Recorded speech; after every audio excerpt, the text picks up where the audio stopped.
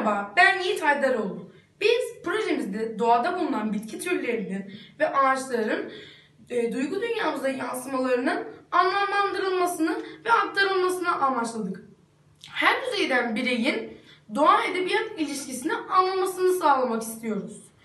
Bitkileri tanıyarak ve şiire yansıyan anlamlarını bilerek okunan bir şiirle bunu bilmeden okunan bir şiirin duygu dünyamızda yaşattığı farklılıkları ortaya koymak istiyoruz.